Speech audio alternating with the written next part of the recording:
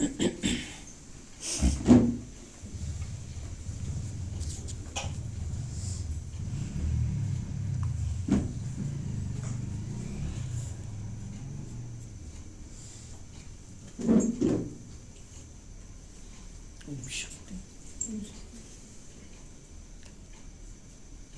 बाप दूसरा न कोई, इसी स्थिति में सदा रहते हो। बस एक ही लगन, बाप और सेवा। बाकी जो भी कर्म करना पड़ता है वो निमित्त मात्र, लेकिन लगन बाप और सेवा। कोई ऐसी व्यक्ति व वस्तु नजर आती है जो बाप के सिवाय उस तरफ लगन हो? संसार में ऐसा कोई सार है जहाँ थोड़ा दृष्टि जावे, नजर जावे, ऐसा है? असार संसार महसूस होता है? कोई सार है संसार में? कोई रस है? तो जब कोई रस नहीं तो बुद्धि जाएगी कहाँ? फिर तो एक ही लगन में मगन रहेंगे। तो सदैव बाप की याद में लवलीन रहो। भटकती हुई आत्माओं को ठिकाना दो। उनके आशीर्वाद की लिफ्ट आपको मिल जाएगी। ऐसी खुशी में रहो जो सब पूछे तुम्हें क्या मिला है, इससे भी सेवा होगी। तर जसं आपण सकाळी मुरलीमध्ये ऐकलं कि ये सारा पुराना गांव है, मतलब इसमें बुद्धि नहीं लगानी है। तो बाबा पूछ रहे हैं क्या इस असार संसार में अभी आपको कुछ सार जैसा लगता है? काही सार राहिलेला आहे का याच्यामध्ये, या दुनियेमध्ये?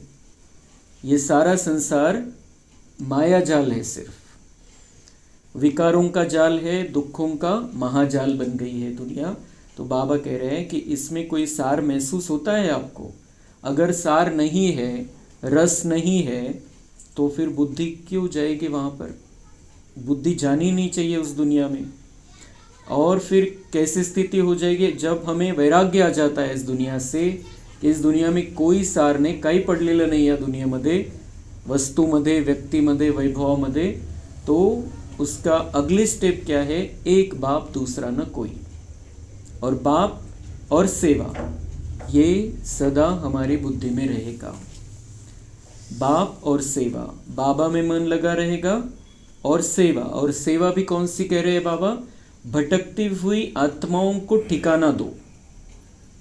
ये मुख्य सेवा है। भटकती आत्माएं, जिनको मतलब जिनको शांति चाहिए, सुख चाहिए, प्यार चाहिए, आनंद चाहिए, कहीं मिल नहीं रहा है, भटक रहे हैं, भगवान को ढूंढ रहे हैं, तो ऐसी भटकती हुई आत्माओं को बाबा कह रहे ठिकाना दो। उनके आशीर्वाद की लिफ्ट आपको मिल जाएगी। उनका आशीर्वाद, उनकी दुआएं मिल जाएगी, और इस लिफ्ट से हम ऊंचे चढ़ेंगे, हमारी स्थिति ऊंची हो जाएगी। और ऐसा खुश रहो, मतलब सदा बाप और सेवा ये बुद्धि में रहेगा। दुनिया के आकर्षण में नहीं फंसेंगे, तो उसका रिजल्ट क्या होगा? सदा हम ऐसी खुशी में रहेंगे जो कोई भी हमें पूछे कि आपको क्या मिला है, आपको कौन मिला है, इतना खुश रहना। दुनिया वाले तो खुश रहने के लिए कुछ कारण ढूंढते हैं, और उनको कुछ कारण मिलता भी है तो फिर उसमें नाराजगी भी आ जाती है, दुख भी आ जाता है, आगे का प्रॉब्लम भी समझ में आ जाता है। अल्पकाल खुश हो जाते हैं, लेकिन परमानेंट वो खुश नहीं रह सकते हैं। और हम, बाबा कह रहे हैं, आप किसके बच्चे हो, कौन मिला है, और आपकी पोजीशन क्या है, आपकी जो जीवन है अभी किस ओर जा रही है। मैंने आपको चुन लिया है यहाँ से वैसी सुंदर दुनिया में लेकर जाने के लिए। आप देवता बन रहे हो तो आप खुश रह सकते हो हर पल। इतका आनंदात राहायचंय, इतकं खुश राहायचंय कि बाबा म्हणता है कि वो सोचने पर मजबूर हो जाए या हमसे पूछ ले आपको कौन मिला है, आपको क्या मिला है। क्योंकि ये रियलिटी है कि हमको आनंद का सागर मिल गया है, सर्वशक्तिवान परमात्मा मिल गया है। ये सत्य है, ये हमारे जीवन में नया परिवर्तन हो गया है और ये अचानक आया हुआ परिवर्तन है जिसके बारे में हमने कभी सोचा भी नहीं था। लेकिन बाबा मिला, भगवान मिला, प्यार का सागर मिल गया है, तो वैसी खुशी हमारे जीवन के द्वारा झलकनी चाहिए। और इससे बाबा कह रहे इससे भी सेवा होगी। निरंतर स्मृति में रहने का साधन है मेरापन भूल जाना। अगर बाबा को कंटिन्यू याद करना है या कंटिन्यू उसकी याद में रहना है तो बाबा कह रहे हैं उसका साधन है, सिंपल साधन है मेरापन भूल जाना। मतलब मैं मेरा के चक्कर से निकल जाना। मेरा कुछ भी नहीं, सब कुछ तेरा, सब कुछ बाप का है। यह तन भी आपका नहीं, बाप का है। बाप ने सेवा अर्थ दिया है तो मेरापन निकल गया ना। क्या सोचना है, बाबा कहते ये तन भी आपका, मेरा नहीं है। आता हे शरीर बाबांचं झालं, आता नवा जन्म झालेला, या शरीरामध्ये राहत असताना नवा जन्म झाला। ब्रह्माच्या मुखाद्वारे जे ज्ञान आपल्याला प्राप्त झालं त्या मुखाच्या द्वारे आपला नवा जन्म झाला। आपण मुख वंशावली ब्राह्मण आहे। तर बाबा म्हणतात हे जे शरीर आहे आता या हे जे नवा जन्म झाला, अलौकिक दिव्य जन्म झाला, या जन्मानंतरचं हे जे तुमचं शरीर होतं पहिलं ऑलरेडी रेडी तयार शरीर, ते जे होतं ते शरीर असं समजा की आता मला हे शरीर बाबांनी सेवेसाठी दिलेलं आहे।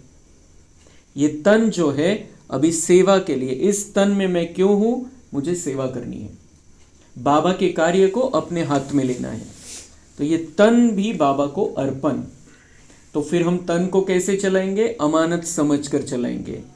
हम तन नहीं समझेंगे खुद को, हम समझेंगे हमको ये तन मिला है, बाबा ने दिया है, तो ऑटोमेटिक अशरीरीपणा येत जाईल। ये तन मुझे मिला है, बाबा ने दिया है, तो इस शरीर में और खुद के शरीर में फंसेंगे नहीं तो दूसरे के शरीर में भी नहीं फंसेंगे, ऑटोमेटिक होगा उसका परिणाम।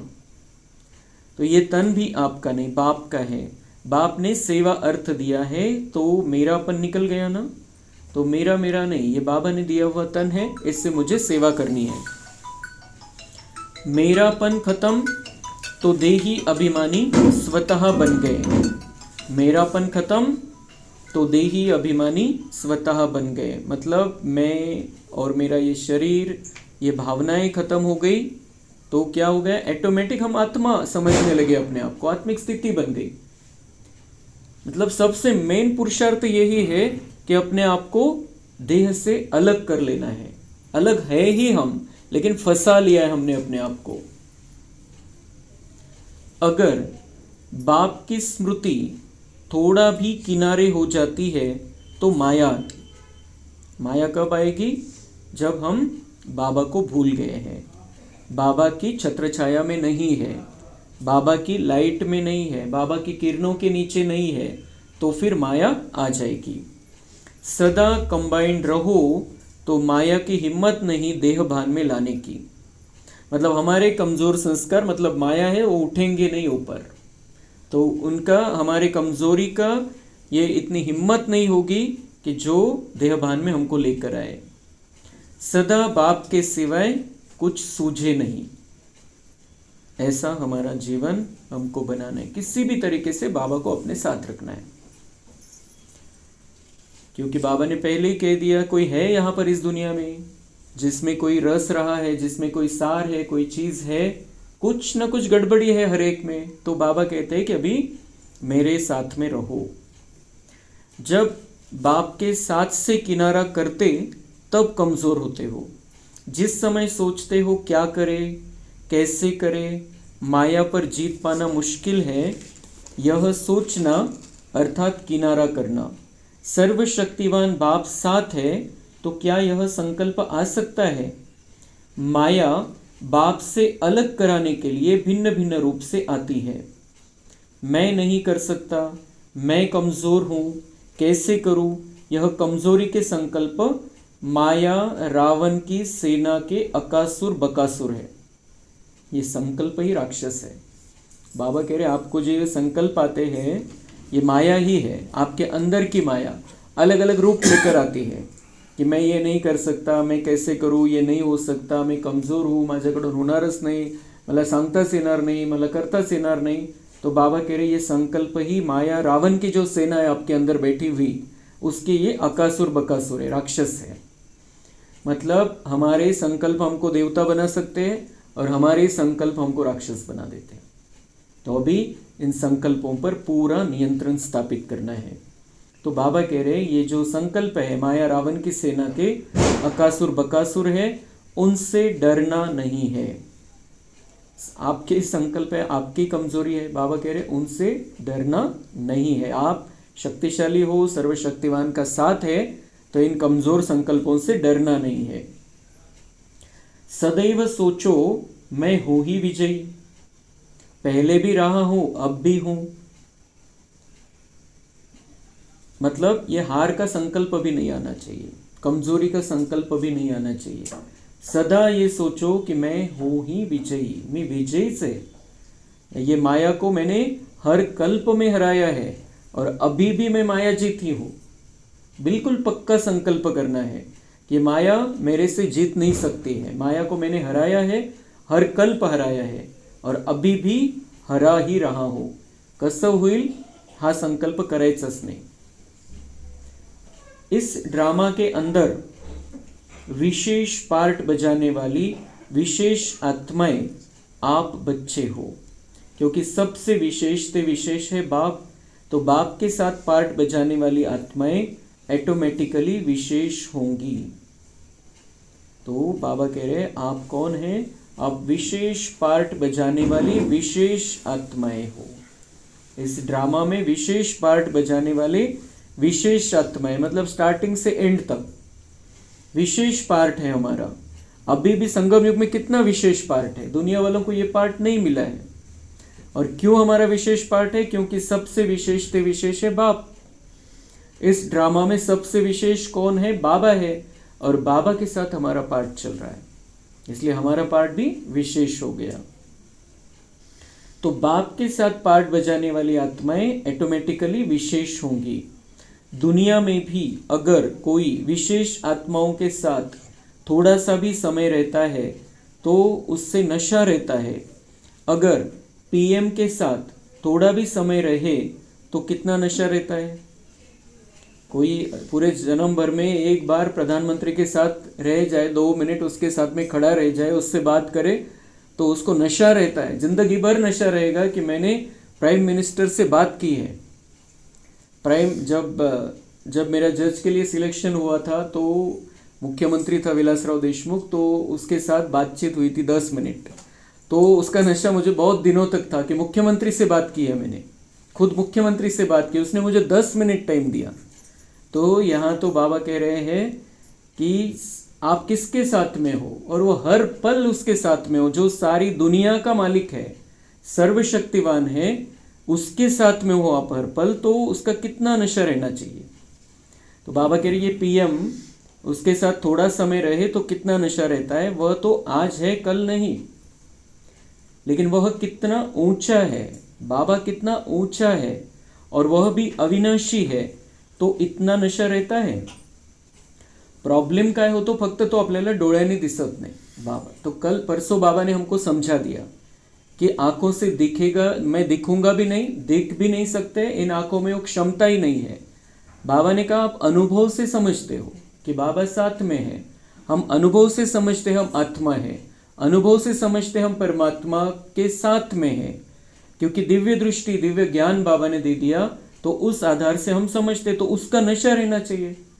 हम बाबा के साथ में हैं, मन बुद्धि से बाबा के साथ में है। तो लेकिन वह कितना ऊंचा है, वह भी अविनाशी है, तो इतना नशा रहता है। सदा एक रस नशा, मैं बाप का बाप मेरा। बाप सदा सागर और दाता, तो बच्चे भी सागर और दाता हो। बाप सदा सागर और दाता है, तो बच्चे भी, हम बच्चे भी कैसे हैं? सागर और दाता। बाबा कह रहे तुम मेरे जैसे हो, सेम टू सेम। मैं सागर हूं और दाता हूं, तो तुमको भी ऐसा रहना है, सागर रहना है। मतलब किस बात का सागर है बाबा? ज्ञान का, शांति का, प्रेम का। तो बाबा कह रहे आपको भी ऐसा सागर बनकर रहना है और दाता बनकर सबको बांटना है, देना है।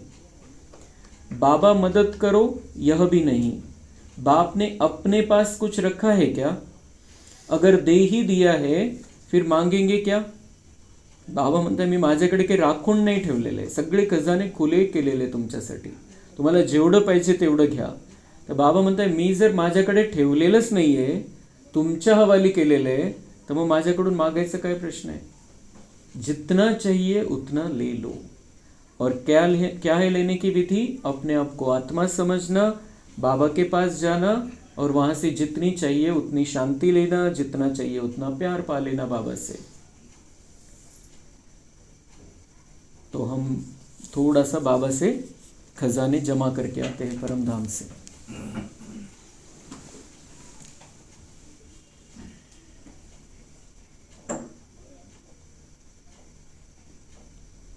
ओम शांति.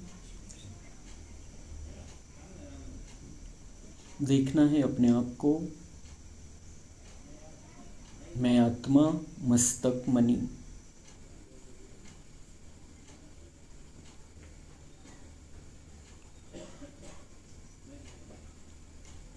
मस्तकाच्या मध्यभागी, दोन्ही भुवयांच्या मध्यभागी स्वतःला बघायचंय, अनुभव करायचा आहे की मी आत्मा इथं विराजमान आहे. चमकती मणी, चमकता सितारा.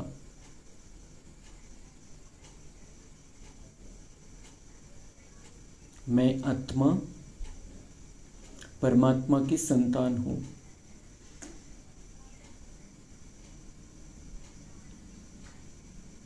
मैं अब अपने मन बुद्धि के विमान से इस शरीर से बाहर निकल रही हूं. देखना है अपने आप को, आत्मा चांदनी, चमकती मनी ऊपर जा रही है. बघायचे स्वतःला आकाशामध्ये पोहोचलो.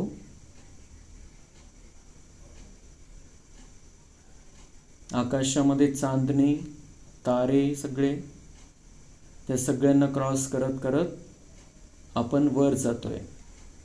आत्मा चांदनी वरती जाती, बघायचंय. आत्मा मनी वरती जातीये. आकाश के पार अब मैं आत्मा पहुंच गई हूं लाल सुनहरे प्रकाश की दुनिया में. इस चंद्र सूर्य तारांगन से पार ये मेरा घर है. वहां देखना है चारों ओर लाल सुनहरा प्रकाश.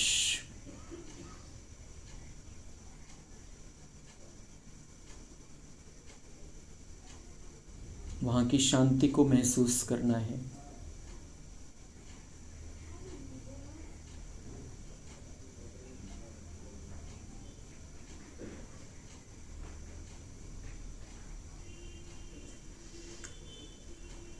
सामने सर्वशक्तिवान परमपिता परमात्मा है.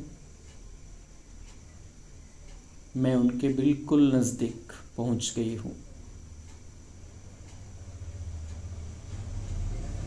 परमात्मा शिव बाबा मेरे पिता है. मैं आत्मा उनका बच्चा हूं.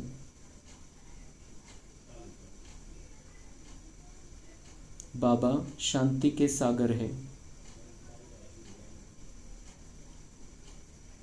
शांति का अनलिमिटेड खजाना बाबा के पास है.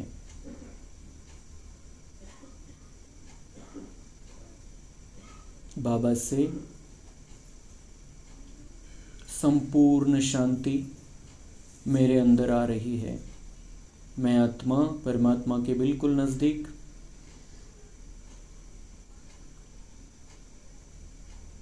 मैं अपने अंदर बाबा की शांति भर रहा हूँ.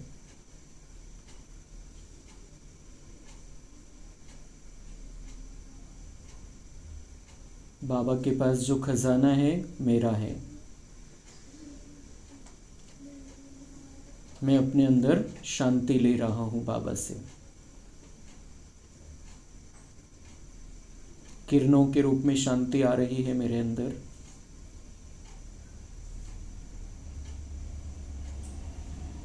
मैं आत्मा, चमकता सितारा, मेरा बाबा चमकता हुआ सितारा, हम दोनों साथ है। बाबा का खजाना मेरा है।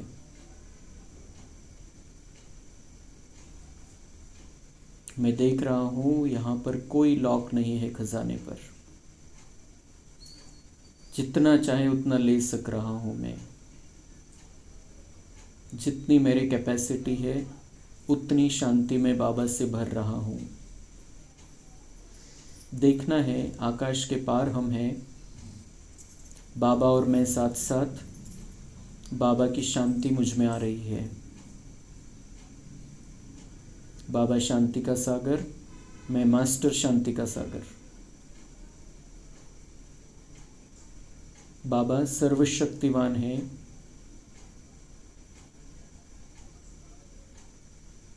बाबा से सर्व शक्तियाँ मेरे अंदर प्रवाहित हो रही है।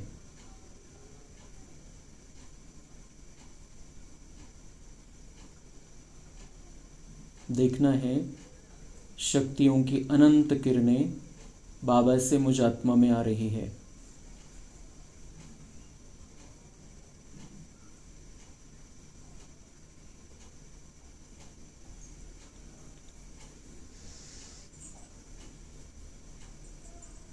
मेरा बाबा सर्वशक्तिवान है। मैं आत्मा मास्टर सर्वशक्तिवान।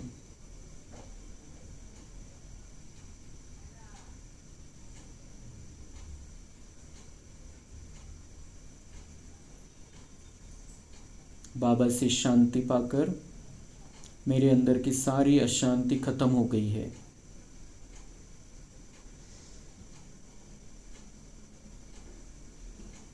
बाबा से सर्व शक्तियाँ पाकर मुझे बहुत मजबूत अनुभव हो रहा है। हर प्रकार की कमजोरी, विकारों के विचार सब खत्म हो गया है।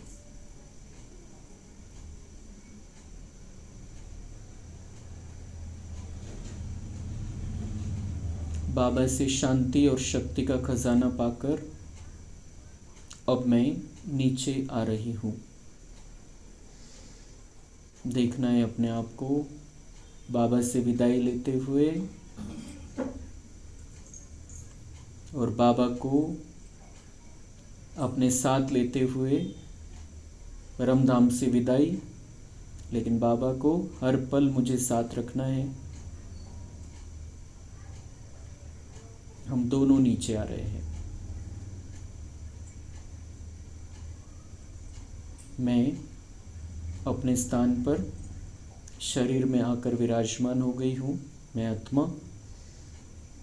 और परमपिता परमात्मा मेरे साथ है। हम सब के साथ है। शांति और शक्ति का खजाना बाबा से पाकर मुझे अब पहले से ज़्यादा शांति महसूस हो रही है। शक्ति का अनुभव हो रहा है। ओम शांति। तो ऐसे ही जब भी जिस चीज़ की ज़रूरत हो बाबा से जाकर हम ले सकते हैं। हम इस दुनिया के सारे विचारों से दूर हो जाते हैं जब हम बाबा के साथ में होते हैं। और वो जो लेकर आते हैं हम, उसका प्रभाव टिकता है। फिर कभी सुख चाहिए हो तो सुख बाबा से ले सकते हैं, प्यार चाहिए हो प्यार ले सकते हैं, पवित्रता की कमी हो वो बाबा से ले सकते हैं, आनंद चाहिए वो बाबा से ले सकते हैं। जो सारे खजाने बाबा कहता है कि सब कुछ मैंने खुला छोड़ दिया है, मुझसे मांगना ही नहीं है, आओ और लेके जाओ।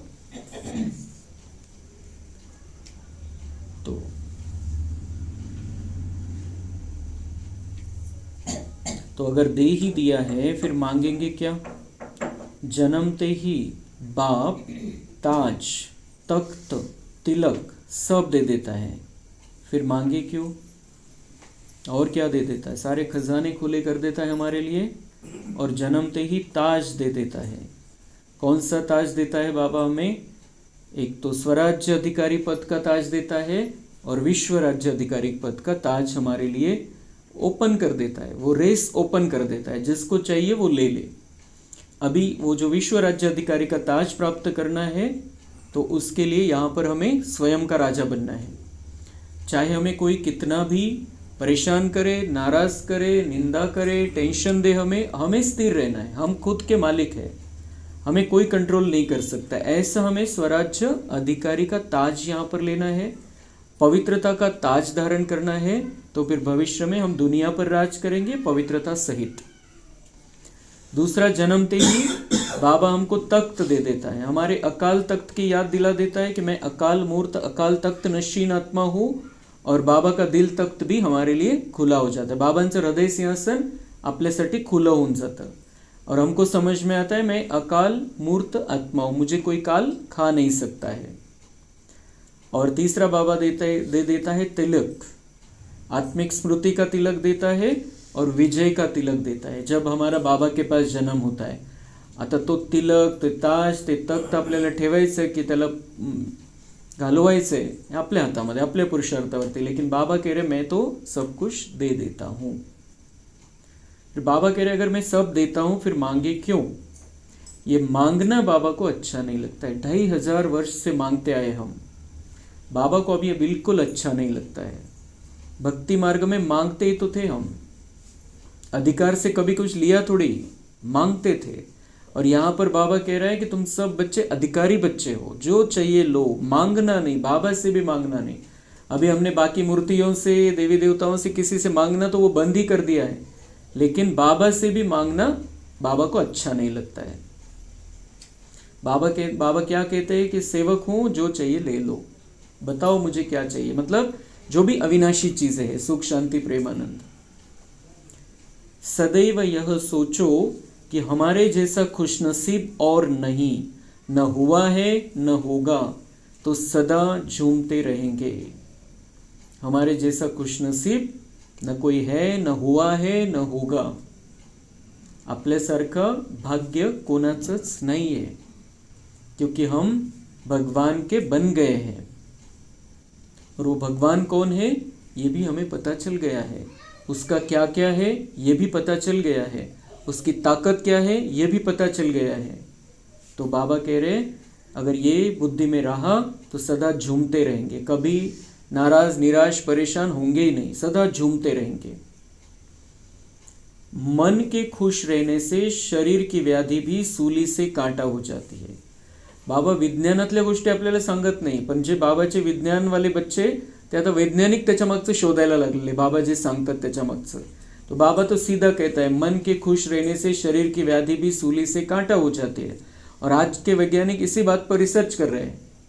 और वो आज के वैज्ञानिक क्या कहते हैं, 90% ज्या बिमाऱ्या आहे त्या सगळ्या तुम्ही मनानी जी नाराजगी आहे, मनामध्ये जी उदासी निराशा है, त्याचा परिणाम है। और बाबा क्या कह रहे हैं, मन के, और क्या होता है, मन खुश रहा तो मन में से वो हार्मोन्स वो ब्रेन में जाता है, ब्रेन में से हार्मोन्स निकलते हैं अच्छे अच्छे, और वो अच्छे अच्छे हार्मोन्स शरीर को ठीक करते हैं।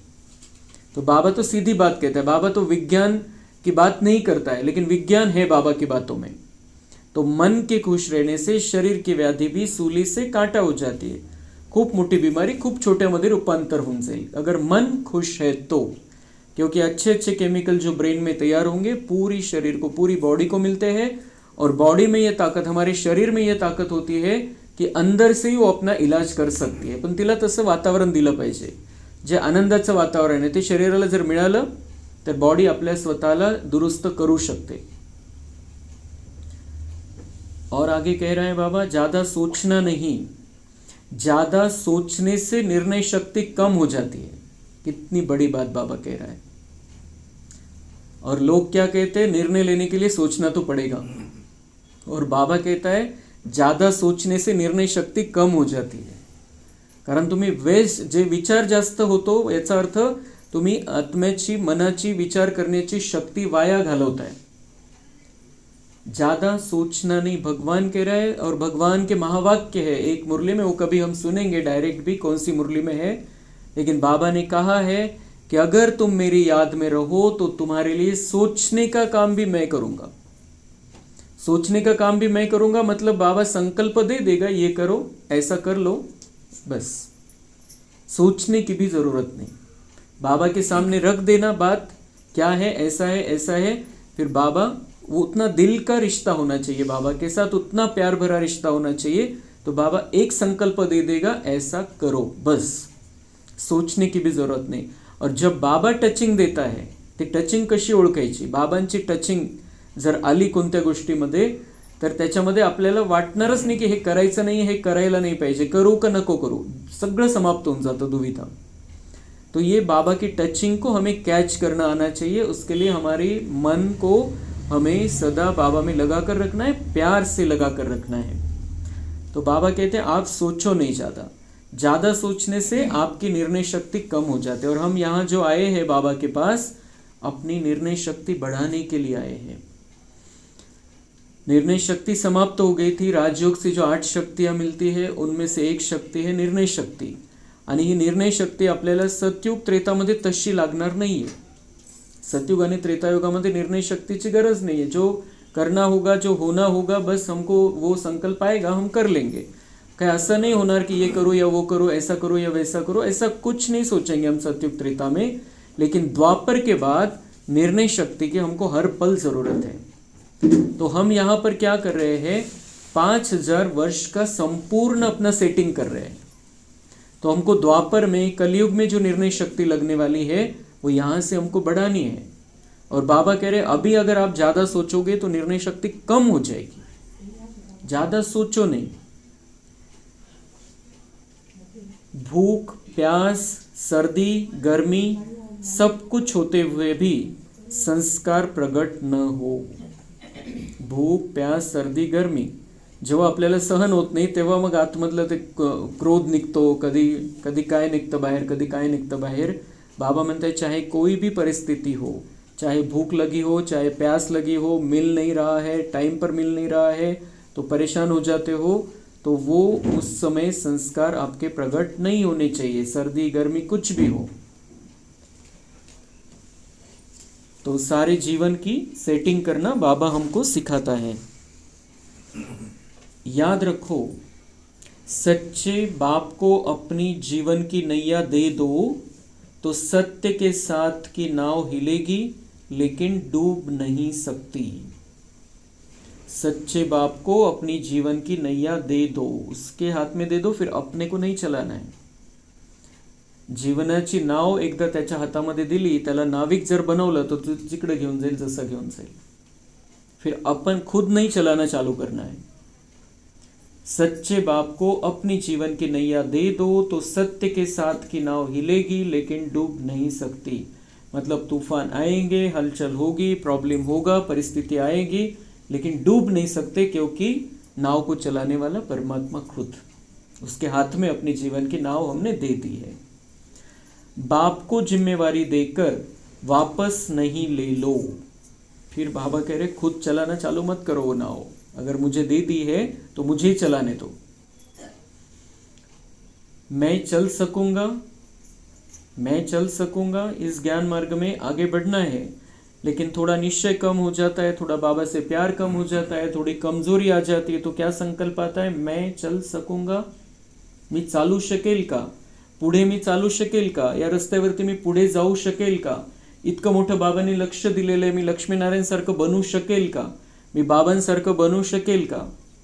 ये संकल्प आ जाता है। ये संकल्प आना मतलब हम अपनी नाव अपने हाथ से, जो बाबा के हाथ में दी है लेकिन हम चलाना चाह रहे हैं, ये संकल्प बाबा कह रहे हैं। ये ऐसा संकल्प तो जिसको आता है मैं चल सकूंगा, तो बाबा कह रहे ये मैं कहाँ से आया, ये मैं कहाँ से आया। अगर तुम मेरे हो, तुमने अपना तन मन मुझे सौंप दिया, अपनी जीवन की नैया मुझे सौंप दी, तो मैं कहाँ से आया। तुम कौन हो चलाने वाले, मुझे चलाने के लिए दे दिया अपने जीवन, तो आप मैं कहाँ से आया, आपका ये जो देहभान वाला मैं वो कहाँ से आया। मैंपन मिटाना अर्थात बाप का बनना। तो ये मैंपन मिटाना ही बाप का बनना है। ये समाप्त कर दो, मैं मेरा ये समाप्त कर दो और बाबा मेरा है, बस ये मेरा हमें सदा रखना है कायम। यही गलती करते हो, मैंपन नहीं मिटाते हो, यही गलती करते हो और इसी गलती में स्वयं उलझते परेशान होते। म्हणजे मनापासून बाबांना आपल्या जीवनाची नौका सोपवायची आपल्याला, कि मैं बैठ गया हूँ अब नाव में, आपके हाथ में है, मुझे किधर लेके जाना है। बिल्कुल संपूर्ण समर्पण। यही हम वो जो ये सारे पॉइंट जो सुन रहे हैं हम, ये सहज पुरुषार्थ के पॉइंट है। और उस सहज पुरुषार्थ का बेसिक ये है समर्पण, बाबा के आगे संपूर्ण समर्पण, ये सबसे सहज पुरुषार्थ है। तर त्याचेच वेगवेगळे पॉइंट्स आहे। तो मैं करता हूं या मैं कर नहीं सकता हूं, इस देह अभिमान के मैंपन का अभाव हो। बाबा म्हणतात हे नाही राहायला पाहिजे आता। मैं करता हूं या मैं कर नहीं सकता हूं, मतलब मैं करता हूं ये अहंकार भी नहीं और दिल शिकस्त भी नहीं कि मैं नहीं कर सकता, माझ्याकडून होणारच नाही, मला करताच येणार नाही, खूप प्रॉब्लेम आहे, सर्कमस्टन्स असे आहे, परिस्थिती अशी आहे, मी नाही करू शकणार, माझ्याकडून नहीं होणार। बाबा म्हणते इसको मिटाओ, इसको खत्म करो। एक तो अहंकार भी नहीं आना चाहिए कि मैं करता हूँ, मेरी वजह से होता है, और दूसरा कि मैं नहीं कर सकता हूँ। ये जो निराशावादी है उसको खत्म करो, इस भाषा को बदली करो। बहुत सारी हमारे शब्द बाबा को पसंद नहीं आते हैं, उसमें से ये एक है। इस भाषा को बदली करो कि मैं करता हूँ या मैं कर नहीं सकता हूँ, ये भाषा बाबा कह रहे बदली करो। तो ये ऐसी बातें हमने कभी कोई शास्त्र में सुनी नहीं, कोई हमको ऐसा नहीं समझाता है जैसा बाबा समझाता है। बाबा भाषा क्या यूज़ करनी है, भावना क्या रखनी है, शब्द कौन से बोलने हैं, क्या सेवा करनी है, कैसे भगवान से जुड़ना है, ये सारी बातें। इसमें ये नहीं सीखते हम पूजा कैसे करनी है, फिर मग तिथं मांडायचं कसं आहे, मग फोटो कुठं ठेवायचं आहे, मग ते काय आणायचं, तिथं काय काय लागेल, ये कुछ नहीं सुनते हम कभी भी। अंदर का है सारा कुछ। तो इस भाषा को बदली करो। जब मैं बाप की हो गई या हो गया तो जिम्मेदार कौन?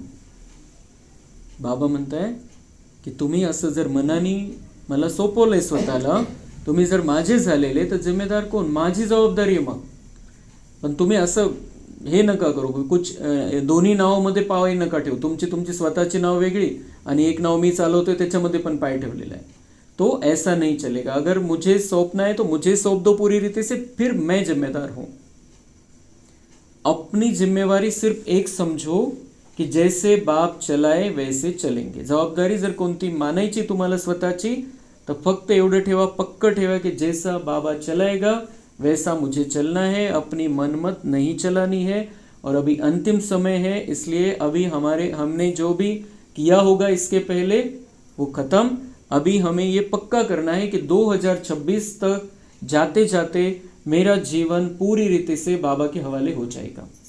ऐसा नहीं कि हम आज अभी सौंप रहे और कल से पूरा जीवन बाबा का हो जाएगा, असं एकदम अचानक नहीं होत। पण आपल्याला मन तसं तैयार करायचं है कि जब ये जो 2026 स्टार्ट हो जाएगा, मेरा जीवन पूरी रीति से बाबा के हाथ में रहेगा। जो बाबा को करना है, जैसा करना है, और मेरे तरफ से बाबा को क्या चाहिए, मेरा सहयोग क्या चाहिए, वो मुझे देना है। लेकिन जैसा बाप चलाए वैसे चलेंगे, श्रीमत में मनमत मिक्स नहीं करना है। जो बाप कहे वह करेंगे, जिस स्थिति पर या स्थान पर बाप बिठाए वहां बैठेंगे। श्रीमत में मैंपन की मनमत मिक्स नहीं करेंगे तो सदा पश्चाताप से परे प्राप्ति स्वरूप और पुरुषार्थ की सहज गति प्राप्त करेंगे, अर्थात सदा सद्बुद्धि प्राप्त करेंगे। क्या होगा इससे? बाबा कह रहे श्रीमत में मनमत मिक्स नहीं करेंगे तो क्या होगा? सदा पश्चाताप से परे, कधीच तुम्हाला पश्चाताप होणार नहीं। जब हम अपना जीवन बाबा पर सौंप देते हैं, कभी भी पश्चाताप हो नहीं सकता है, होता ही नहीं है। जैसा मैंने निर्णय लिया था, 15-16 वर्ष हो गए, उस समय अपना जीवन बाबा को सौंपने का निर्णय लिया था। उसके बाद में आज तक 1 सेकंड के लिए भी पश्चाताप नहीं हुआ है, क्योंकि बाबा चला रहा है। ये पक्का है, बिल्कुल बाबा के हाथ में अपने आप को सौंप दिया है। तो ऐसे ही हम सब बाबा को अपने आप को सौंप दें तो पश्चाताप का विषय ही नहीं रहेगा। पश्चाताप से परे प्राप्ति स्वरूप का अनुभव करेंगे हम कि बाबा से मिल रहा है ऑटोमेटिक। भाई भले ही बाहर से कुछ परीक्षाएं आती है, कुछ ना कुछ होता रहता है, लेकिन बाबा से वो जो चाहिए मुझे, जो आत्मा को प्यास थी द्वापर से, वो सारा कुछ बाबा से मिल रहा है, अब बाहर से किसी से कुछ नहीं चाहिए।